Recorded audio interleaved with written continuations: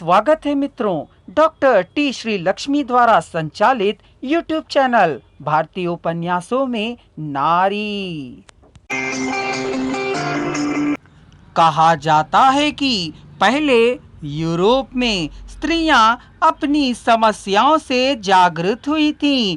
भारतीय समाज में फैली कुरीतियों को तोड़ने में उनकी सहायता और प्रेरणा मिली थी। भारतीय संस्कृति में परिवार व्यवस्था को अधिक प्रधानता दी गई है। नारी के बिना परिवार का अस्तित्व ही नहीं होता है। कहा जाता है कि परिवार को बनाना या बिगाड़ना स्त्री के हाथ में ही होता है। परिवार का निर्वाह करना, बच्चों की देखभाल करने का काम प्राचीन काल से नारी को ही सौंपा गया है। इसलिए नारी को बाहर जाकर कमाने का मौका नहीं दिया गया। चूल्हे चौके तक ही उसका क्षेत्र सीमित रखा गया था। क्रमशः स्त्रियों की आर्थिक समस्या बढ़ गई। उन्हें नौकरी करके परिवार का निर्वाह करने की आवश्यकता बढ़ गई। समाज सुधारकों ने इस समस्या को पहचान कर स्त्रियों को पुरुष के साथ कार्यालयों में काम करने का मौका दिलाया। उनके द्वारा स्त्रियों को राजनीतिक क्षेत्र में अधिकार प्राप्त हुए।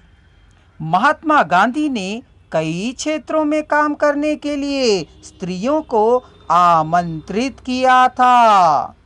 कई महिलाओं ने अछूतोद्धार, हरिजन कल्याण, महिला बाल कल्याण आदि सामाजिक क्षेत्रों में भाग लिया था। सन 1932 के नमक सत्याग्रह में 17,000 से अधिक स्त्रियों ने भाग लिया था।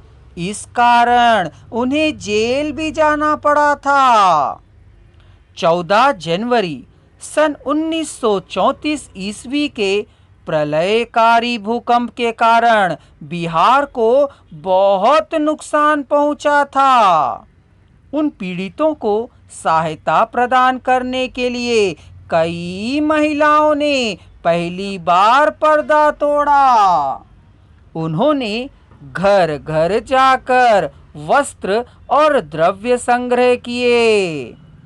क्वेटा के भूकंप तथा असम, उत्तर प्रदेश और महाराष्ट्र के जलप्लावन आदि स्थितियों का सेवा भाव अविस्मरणीय है।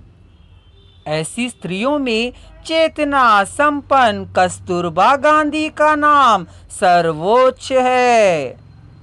अमीर परिवारों की स्त्रियों ने घर पर ही प्राथमिक शिक्षा पाई और उच्च शिक्षा प्राप्त करने के लिए वे बाहर गईं। आजादी के संग्राम में उन्होंने नेतृत्व भी किया। किसान, मजदूर, धनी और शोषित स्त्रियों ने आजादी की लड़ाई में भाग लेकर पुलिस की लातें भी खाईं। यह आंदोलन स्त्रियों की संगठित शक्ति का परिचायक है। श्रीमती सरोजिनी नायडू ने देश का पर्यटन करके भावी कांग्रेस के अध्यक्षों को कांग्रेस के काम करने की सूचना दी थी। समाज सेविकाओं में रामेश्वरी नेहरू, आशा देवी, आर्यनायकम, सरला देवी, सुशीलाबाई आदि नाम प्रमुख हैं। महाराष्ट्र में महात्मा ज्योति फूले ने अपने पिताजी के विरुद्ध करने के बावजूद भी अपनी पत्नी को शिक्षा दिलाई। दोनों ने मिलकर स्त्री शिक्षा की प्रगति का काम किया। उन्होंने कई पाठशालाएं भी खोली। मित्रों, आशा है आपको हमारी प्रस्तुति पसंद आई होगी। चलिए अब विलंब ना करिए, चैनल को सब्सक्राइब कर लीजिए ताकि पुस्तक की समस्त सामग्री का आप श्रवण कर सकें।